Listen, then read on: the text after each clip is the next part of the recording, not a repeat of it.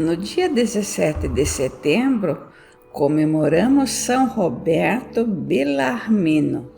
Ele nasceu em 1542 na cidade de Montepulciano, perto de Siena, na Toscana, Itália. Sua família era nobre, extremamente católica, mas empobrecida. Seu pai foi governador da cidade e sua mãe era irmã do futuro Papa Marcelo II. Por apenas 22 dias, em 1555, dos 12 filhos, 6 foram religiosos. Roberto nasceu franzino e doente e com excepcional inteligência.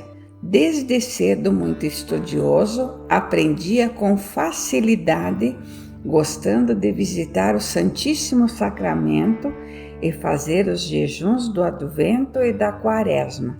Jovem, já com ótima formação humanística, entrou para a Companhia de Jesus em 1560. Em 1563, seus méritos acadêmicos o levaram a ser nomeado professor do Colégio de Florença. No ano seguinte, passou a lecionar retórica no Piemonte. Em 1566, foi para o Colégio de Pádua, onde estudou teologia. Por fim, em 1567, foi enviado pelo supervisor São Francisco de Borja para Louvain, lá já conhecido no país como pregador, devia defender a fé contra os questionamentos luteranos, ensinando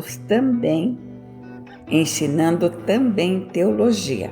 Seu preparo havia incluído o conhecimento profundo em filosofia e teologia. Os padres da Igreja,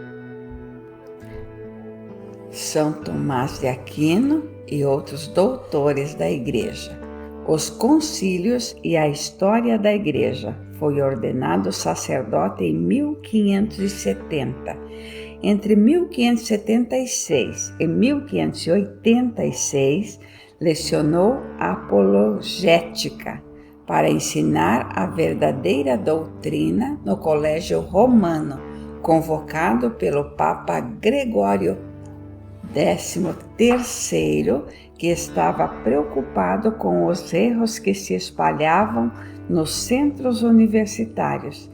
Esta cátedra se chamava Controvérsias e a compilação de suas aulas deu origem, por ordem de seus superiores, ao livro As Controvérsias Cristãs sobre a Fé, Controversiae, um tratado sobre todas as heresias e uma das obras teológicas mais consultadas de todos os tempos.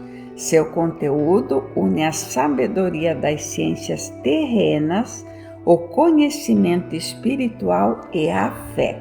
Este período pós-concílio de Trento, 1445 a 1563, no qual se enquadra o trabalho de Roberto, foi fundamental para a resposta da Igreja à heresia protestante.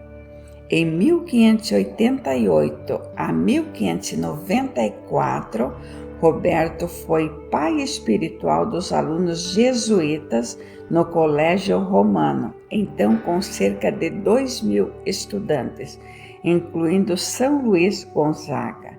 Em 1592, foi nomeado diretor. Também foi por 2 anos superior provincial de Nápoles, quando o Papa Clemente VIII chamou a Roma como seu consultor. Neste período, de 1597 a 1598, escreveu escreveu então o Catecismo, breve doutrina cristã, com dezenas de edições e traduzida em mais de 50 idiomas. Foi nomeado pelo Papa como teólogo pontifício, consultor do Santo Ofício e reitor do Colégio dos Penitenciárias de Basílica de São Pedro, das penitenciárias da Basílica de São Pedro.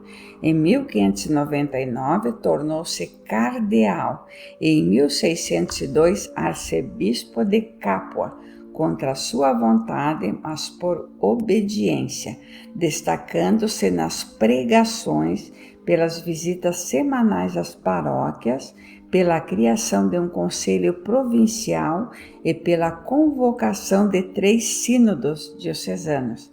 Participou dos conclaves que elegeram os papas Leão XI, faleceu após 27 dias, e Paulo V, que o chamou ao Vaticano como membro das congregações do Santo Ofício, do índice, dos ritos, dos bispos e da propagação da fé. Nos seus últimos anos, assumiu ainda cargos diplomáticos na República de Veneza e na Inglaterra, defendendo os direitos da Sé Apostólica. Neste tempo, escreveu também muitos livros sobre espiritualidade. A sua ação como professor, formador, pregador e escritor foi fundamental para combater os males do luteranismo e pode-se dizer a Áustria e a Alemanha, por exemplo, ainda mantiveram o catolicismo. Foi em boa parte por sua influência. Sentindo aproximar-se o fim, pediu dispensa dos seus cargos na Cúria e retirou-se para o noviciado de Santo André, no Quirinal, Roma, a fim de esperar o Senhor. Faleceu aos 17 de setembro de 1621, com 79 anos, surdo e com vários problemas de saúde, que aliás o acompanharam ao longo da vida. É um dos doutores da Igreja e o único jesuíta canonizado como cardeal e como bispo, depois de procurar evitar durante toda a vida qualquer honra e dignidade. Vamos à reflexão. A espiritualidade de São Roberto Bellarmine está centrada na bondade infinita de Deus, que a todos acolhe e perdoa.